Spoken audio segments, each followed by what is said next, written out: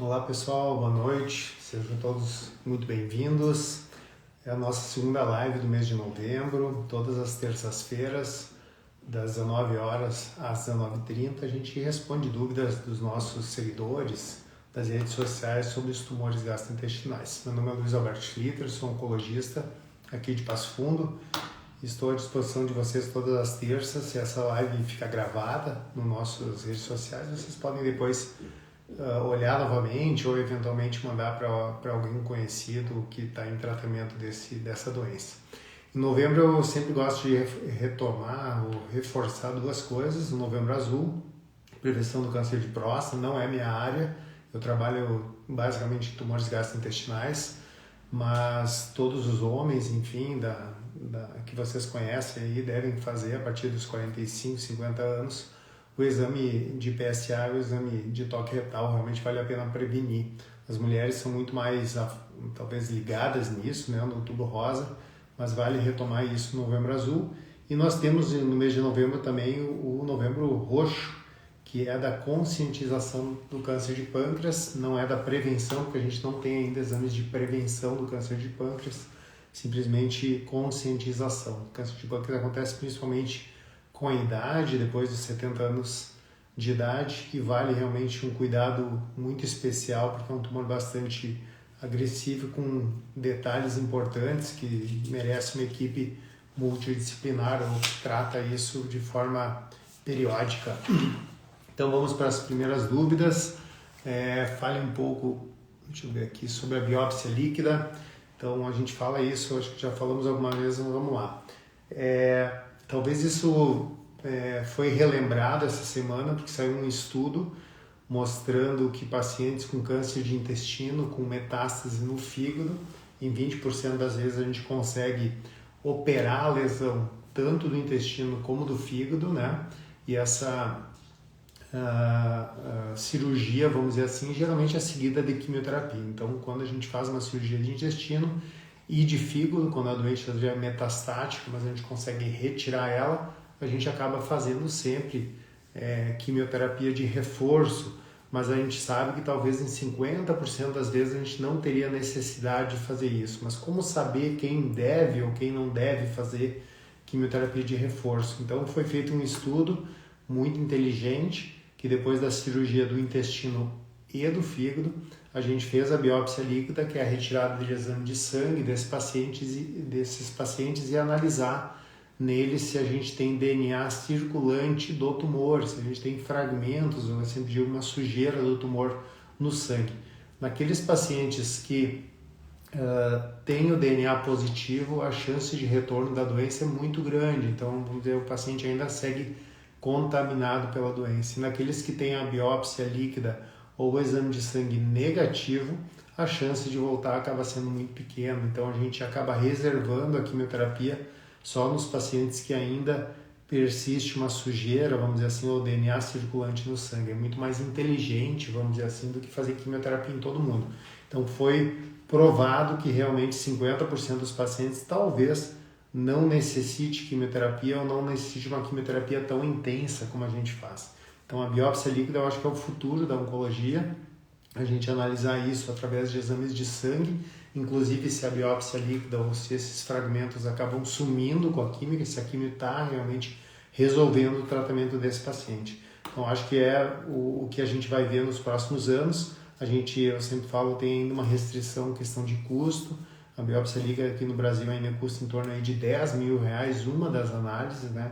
E ela deve ser feita periódica, depois de 4 em 4 meses, então umas 3 vezes ao ano. Então, no momento, a gente ainda não tem, talvez, um exame tão fácil de ser feito ou tão amplo para a comunidade por relação realmente do custo. Mas a biópsia líquida vai substituir realmente o tratamento na oncologia.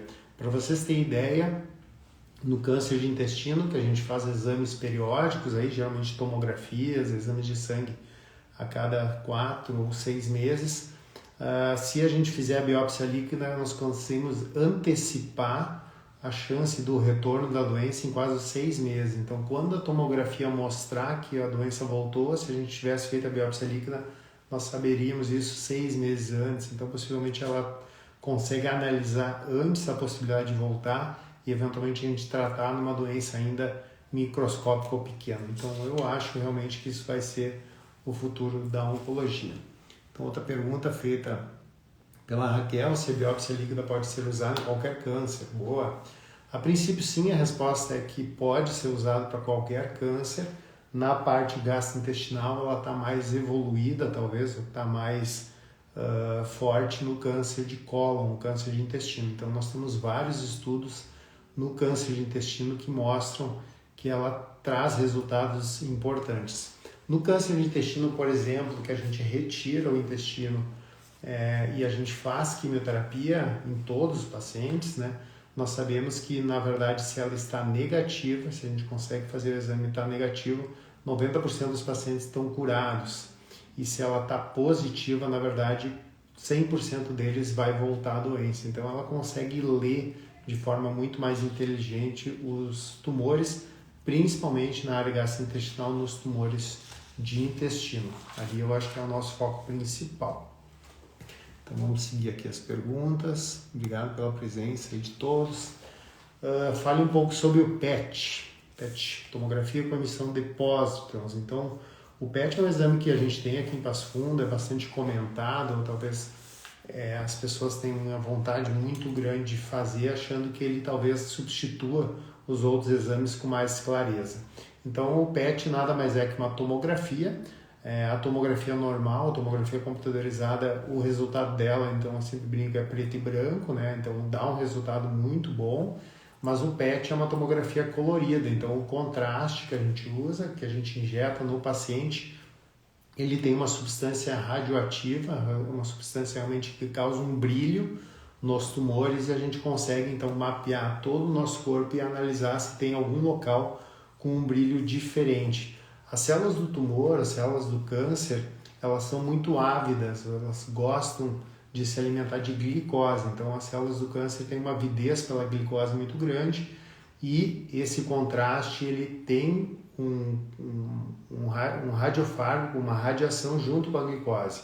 Então, quando a gente injeta essa glicose marcada, ela procura, vamos dizer assim, algum órgão que é muito ávido pela glicose e a gente acaba descobrindo algum brilho no paciente. Claro que tem órgãos que são normais eles brilharem, né? Então o cérebro brilha normalmente, com a captação no coração, na bexiga é onde sai o contraste, então a gente vê e se algum deles que não deveria estar brilhando, vamos dizer assim, aparece, é um suspeito que pode ter um tumor naquele lugar. Então eu até brinco que o PET funciona hoje que nem os carros, né? Atualmente a gente liga a chave, se tem alguma coisa estragada, marca ali, né? Que tem pneu estragado, óleo, enfim.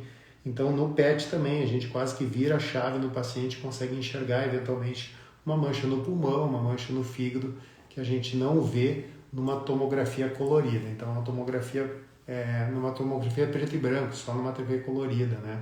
Então, é a mesma coisa que a gente vê uma TV preto e branco, uma TV colorida facilita muito a vida do médico. Mas a gente antigamente achava que o PET, ele, vamos dizer assim, fazia uma mudança na nossa avaliação em quase 30% dos pacientes. Então, em cada 3 pacientes, um deles, o PET mudava completamente o nosso pensamento. Hoje a gente sabe que esse número é em torno de 10% das vezes. Por quê? Porque a tomografia melhorou muito, a ressonância melhorou muito. Então, o PET serve como um complemento deles, mas ele muda a nossa opinião realmente só em 10% das vezes. Então a gente tem que ter coerência que ele ajuda, mas na maioria das vezes só confirma o que os outros exames já mostraram.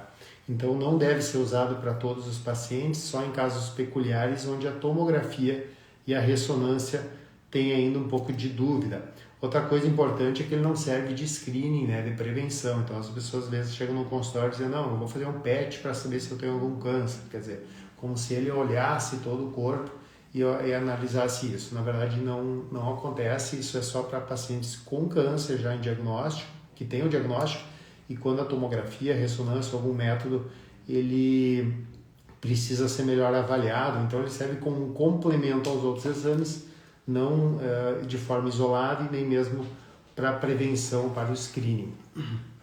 Então, aqui foi perguntado novamente, né? Então, pacientes que estão investigando algum câncer, se ele serve como um rastreio para câncer. Não serve para rastreamento, né? O rastreamento, então, ele é feito com mamografia, com PSA, para câncer de mama, próstata, para câncer de intestino, que eu acho que é o nosso principal câncer para prevenção, é a colonoscopia. O PET não substitui esses exames que são ideais. O PET ele serve como um complemento para a tomografia e para a ressonância. Então, outra pergunta aqui, falar um pouco sobre emagrecimento nos pacientes com câncer. Boa!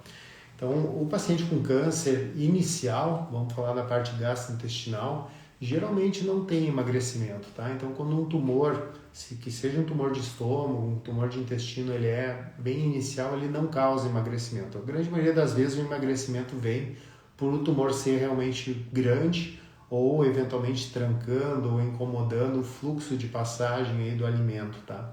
Então, o emagrecimento é um sinal, entre aspas, ruim, né? Ele realmente tenta mostrar que a doença não é tão simples, geralmente é uma doença um pouco mais agressiva ou uma doença que está sugando bastante energia desse paciente, tá?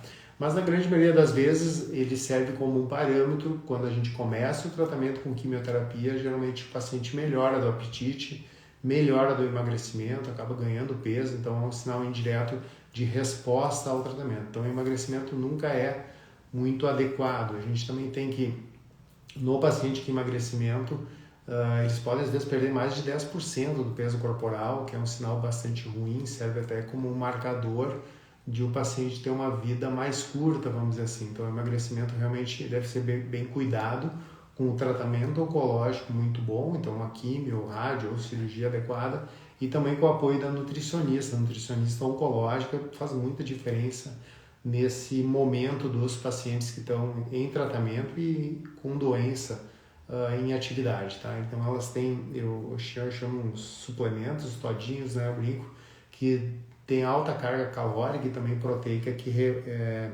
ajuda o paciente a manter a massa muscular e também não perder ela durante o tratamento.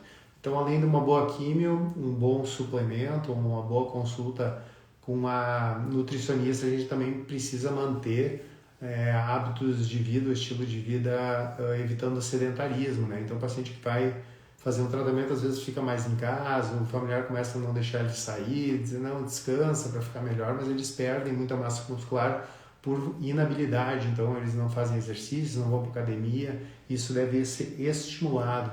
Claro que o paciente pode ter um momento, às vezes, um pouco mais difícil, um pouco mais árduo, que ele precisa um pouco mais de descanso, mas se ele voltar ou ele estiver adequado, ele mantém o tratamento, mantém o nutricionista, mantém a massa muscular através de exercício, não só fisioterapia, mas academia e realmente caminhadas, tá? Daí a gente tem uma melhora nessa questão do emagrecimento.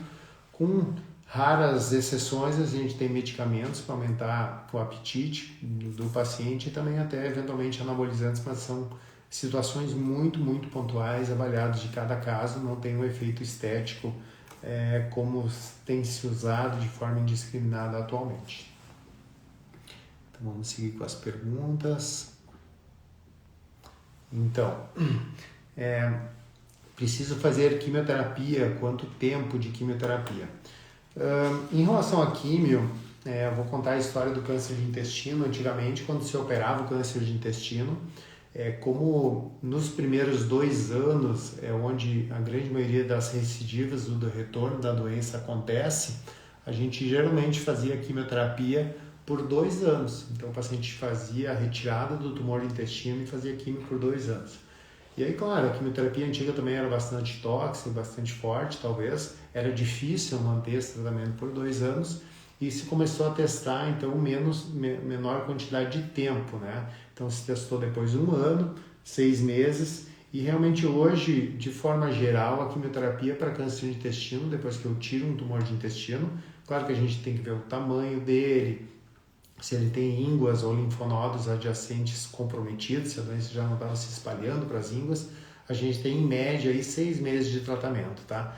E novos estudos, faz eu acho que uns 5 anos, saiu um estudo IDEA, um estudo americano, com mais de 10 mil pacientes tentando diminuir essa quimioterapia para 3 meses. Então sim, existem hoje protocolos de químio em situações em que o tumor não é muito grande, e não tem muitos linfonodos, muitas ínguas comprometidas, que 3 meses de tratamento, inclusive via oral, são suficientes. E quando a doença é um pouco maior ou tem mais ínguas doentes, esse tratamento vai para 6 meses, mas geralmente não supera isso a quimioterapia de reforço. Então hoje nós temos uma quantidade menor de químio, pode variar 3 meses ou até 6, e uma qualidade da químio muito melhor, não só a qualidade do paciente não ter efeitos colaterais, mas principalmente de uma efetividade muito maior. Hoje a gente consegue ajudar os pacientes em quase 25, 30% a mais de cura fazendo quimio de reforço para câncer de intestino. E aí eu volto um pouquinho naquele assunto que a gente falou no início, que também temos o DNA circulante, né? Então a biópsia líquida como uma arma para saber se o paciente deve fazer quimio ou se a quimioterapia pode ajudar ou não. Eu acho que isso no futuro a gente vai usar com mais facilidade. Hoje a gente já tem uma limitação ainda por questão de preço em relação a isso, tá? Então outra pergunta, se a ablação, eu acho que a última live eu falei sobre a ablação pode ser feita em qualquer órgão. Então vamos lá. A cirurgia, quando a gente tem uma doença que se espalha para o fígado, eventualmente para o pulmão, geralmente a cirurgia é o tratamento ideal. E com o tempo, como a cirurgia não é tão fácil de ser feita, uma cirurgia hepática, ela muitas vezes precisa de um corte muito grande, ou a gente precisa tirar do fígado um pedaço muito grande, se inventou novas técnicas, e uma delas é a ablação. Então, como é que funciona? É como a gente localiza onde está o tumor no fígado, coloca através de uma agulha com anestesia, né, uma ponta da agulha bem no meio do tumor, e eu brinco, liga na tomada, isso vai a 80, 90 graus, né? Então é como se fosse uma cauterização do tumor. Então isso tem uma efetividade, no ano passado foi provado igual à cirurgia em pacientes que têm tumores no fígado menores que 3 centímetros, tá? 3 centímetros é o ponto de corte nosso. Tumores com mais de 3 centímetros são muito grandes, é muito difícil a gente queimar eles. Mas então tumores de fígado ou metástase no fígado que tenham 3 centímetros ou menos, a gente consegue por uma técnica pela pele, sem corte, sai com band-aid, eu brinco, faz de manhã e de tarde está em casa, fazer o mesmo resultado que uma cirurgia. Agora, pode ser feito em outros locais? A resposta é sim. A gente pode fazer a ablação hoje, a intervenção está muito, vamos dizer assim, evoluída. Pode fazer a ablação no fígado, que é a mais comum, porque a doença geralmente vai para o fígado, mas também podemos fazer a ablação no pulmão, por exemplo, por nódulos no pulmão. Podemos fazer a ablação em alguma lesão óssea. Então, sim, pode ser feita, e existem várias técnicas de ablação. Então, aquelas canetas que a gente tem, que coloca lá e a gente, entre aspas, queima a doença, ela pode ser por uma ablação térmica, por queimar, vamos dizer assim, por temperatura elevada, então bota 80, 90 graus, entre aspas, a gente carbonifica, vira um carvão, aquilo ali queimado, né? Claro que a gente tem, vamos dizer assim, o controle até onde a gente vai queimar, tá? Não fala em queimadura, não vão se assustar, então a gente geralmente queima aqueles 3 centímetros e mais um pedacinho de reforço. Existem ablações que não usam temperatura, que é o micro-ondas, funciona quase que nem o micro-ondas que a gente tem em casa, ele movimenta as moléculas de água e isso faz o tumor ser realmente morto pelo movimento de moléculas de água. E existe a crioablação, que é uma caneta fria que congela o tumor, que também faz ele morrer. Então hoje, por exemplo, a ablação térmica e o micro-ondas são muito utilizados no fígado. Já o micro-ondas é utilizado no pulmão, porque aqui no pulmão, quando a gente bota a temperatura elevada, a respiração acaba esfriando a caneta, então não funciona tão bem. E no osso, por exemplo, quem mais funciona é a crioablação, que é com frio. Então, cada local talvez tenha um tipo diferente de ablação, utilizando ou temperatura elevada, ou micro-ondas, ou eventualmente temperatura fria, que é a crioablação. Temos também um problema por questão de custo, né? Geralmente a ablação por temperatura elevada, então ela custa em torno de 10 mil reais os aparelhos, ou o kit, vamos dizer assim, para ser feito. O micro-ondas custa em torno de 20 e poucos mil, e a crioablação do frio custa em torno de 100 mil. Então existem diferenças de fonte pagadora também em relação a isso, a gente utiliza isso também para os pacientes. Então por isso que a ablação por temperatura elevada acaba sendo mais utilizada por uma questão de custo, mas o micro-ondas realmente funciona muito bem. E a crioablação, pelo custo aí de quase 100 mil reais só a aparelhagem, acaba sendo pouco utilizado no nosso meio.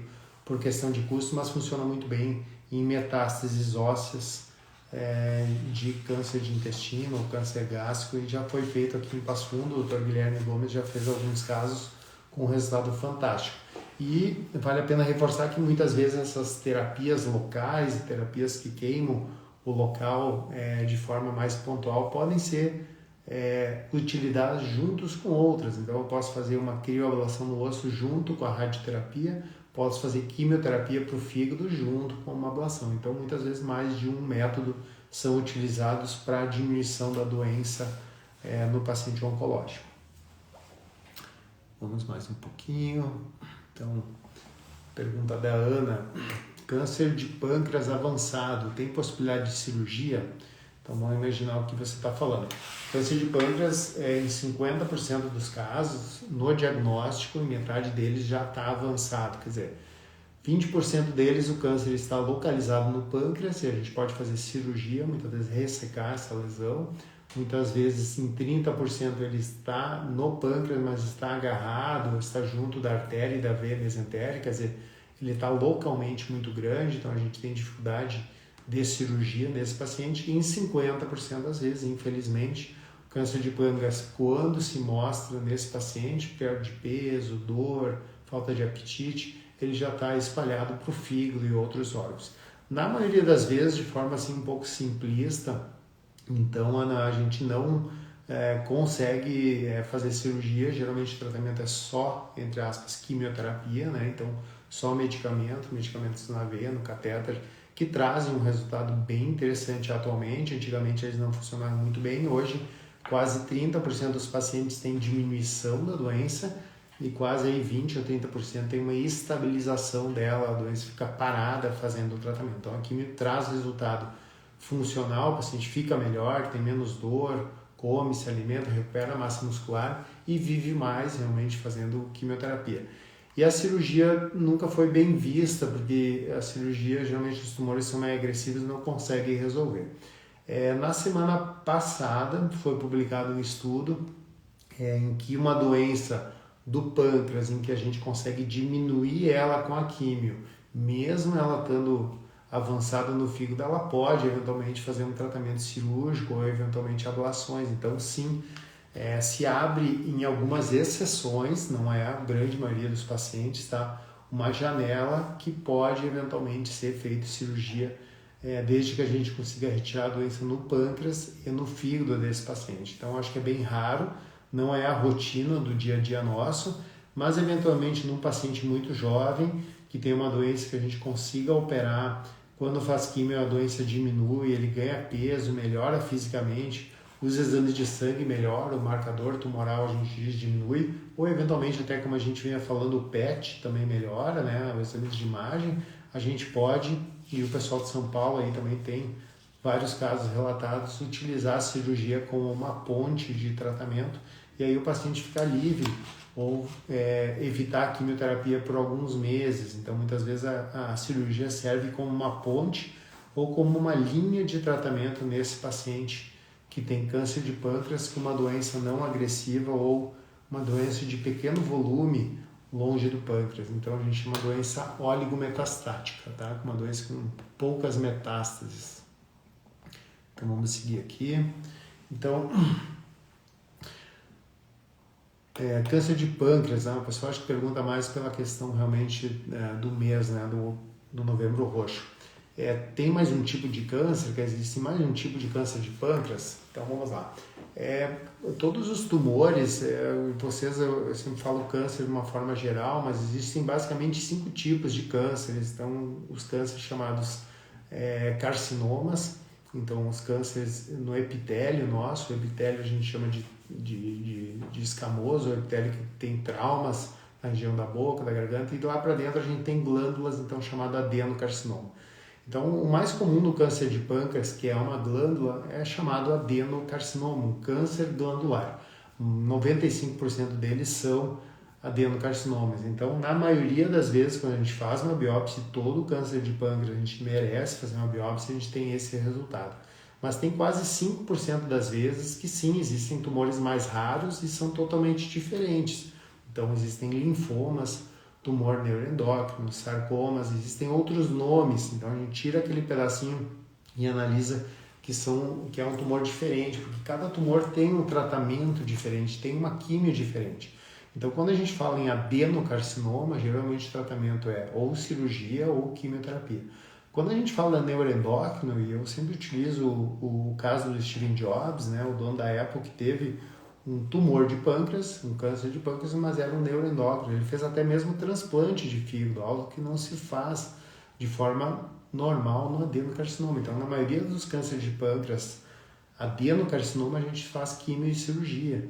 Já no neuroendócrino, além de químio, além de cirurgia, a gente pode até mesmo fazer transplante de fígado, e ele fez, naquela época, nos Estados Unidos, e teve uma sobrevida, um tempo de vida muito longo, mais de 10 anos aí. Então, os tratamentos mudam muito conforme o tipo de câncer, sim, e vale sempre uma biópsia adequada. Então, todos os tumores de pâncreas, ou todas as lesões, vamos dizer assim, de pâncreas, elas devem ser biopsiadas. A gente sabe que na grande maioria são adenocarcinomas, mas nesses casos raros, né, que incluem linfomas, sarcomas e NETs, neuroendócrinos, a gente tem tratamentos totalmente diferentes. Por isso que quando ou a gente tem alguém no consultório, a gente sempre insiste muito, olha, traz a biópsia, deixa eu ver o resultado. Não, mas deu câncer. Sim, eu sei que deu câncer, mas a gente precisa saber qual tipo de câncer esse paciente tem para saber o tratamento adequado desse tumor. Então, mais umas perguntas. Boa. Então, em relação ao tratamento antiangiogênico, fale um pouco mais. Então, vamos lá. O que é um tratamento antiangiogênico? A gente utiliza em vários tumores gastrointestinais. Todo tumor, quando a gente for ver ele para crescer, ele precisa puxar vascularização ou ter vasos sanguíneos juntos, né? Inclusive, quando a gente corta um tumor, a gente retira e corta, ele é altamente vascularizado, né? Ele puxa aquele sangue para, entre aspas, se alimentar. Então, algumas pesquisas mostravam que o tumor liberava substâncias para puxar esses vasos e ele ir crescendo cada vez mais. E se testou desde 2000, na época 2000, já fazem mais de 20 anos, remédios que tentam diminuir essa circulação, como se fosse aqueles vasos, as varizes, né? A gente consegue com remédios diminuir essa vascularização e, entre aspas, matar esse tumor de fome, né? Então, os antiangiogênicos, os antivascularização. Então, são remédios feitos na veia que fazem com que o tumor diminua a circulação e ele tenda a diminuir de tamanho ou, entre aspas, morrer de fome. Mas, na verdade, o efeito principal dele não é só diminuir a vascularização, é fazer com que o antiangiogênico, esse remédio, junto com a quimioterapia penetra mais no tumor. Então, o tumor, quando ele está cheio de vasos, cheio de circulação, a quimio acaba circulando, mas não entrando dentro do tumor. Então, quando a gente diminui essa vascularização, esses vasos ficam mais grossos, vamos dizer assim, a quimio entra dentro do tumor e consegue fazer o melhor efeito. Então, quando vocês veem alguém fazendo esses remédios novos, então, eu uso antiangiogênico, um remédio que diminui o tumor, mata ele de fome, na verdade, ele sempre está conectado com a quimioterapia. A quimio, junto com ele, traz um resultado melhor realmente, já fazem 20 anos que a gente usa. A única coisa que nós temos que ter cuidado é que ele também causa problemas de saúde em alguns pacientes, é 1% dos casos, mas ele pode dar, por exemplo, infarto, isquemia, derrame, até mesmo embolia pulmonar, porque ele mexe com a vascularização do paciente, aumenta a pressão arterial, então muitos pacientes têm hipertensão. Então o médico tem que estar muito atento para o resultado bom dele contra o tumor e ajudando a quimioterapia a fazer o efeito, mas também com os efeitos colaterais desses medicamentos. Hoje, os antiangiogênicos, então, ajudam a quimioterapia ou reforçam a quimioterapia nossa e são utilizados em câncer de intestino, câncer de reto, câncer do cérebro, pulmão e até mesmo no câncer de fígado hoje, trazendo um resultado realmente muito melhor para os pacientes. Então, serve como um reforço à quimioterapia, melhorando o resultado da quimioterapia. Então, pessoal, chegamos nas 7h30. Muito obrigado pela presença de todos em todas as terças-feiras aí pelo quórum de vocês. Essa semana mandem as suas dúvidas, que na próxima semana, às 7 horas, a gente está novamente aí respondendo qualquer questionamento sobre os tumores gastrointestinais. Um abraço a todos e boa semana. Até mais!